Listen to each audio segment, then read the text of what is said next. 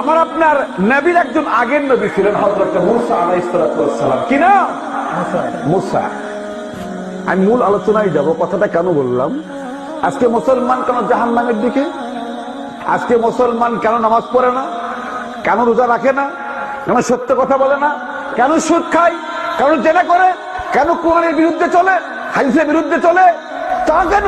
এই দেশে কমসে কম 5 থেকে 6 হাজার হাদিস জাল চলে, যেগুলো হাদিস আরবির প্রবাদ বাক্যকে হাদিস বেনে আমার মতো আপনার মতো আলিমরা কে যে ওয়াজ করে। কথা বলেন ঠিক কিনা?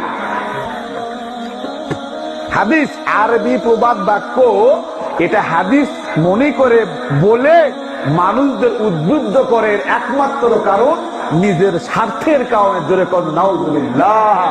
এই দেশের আলিমেরা করে। এমনকি এই দেশের কিছু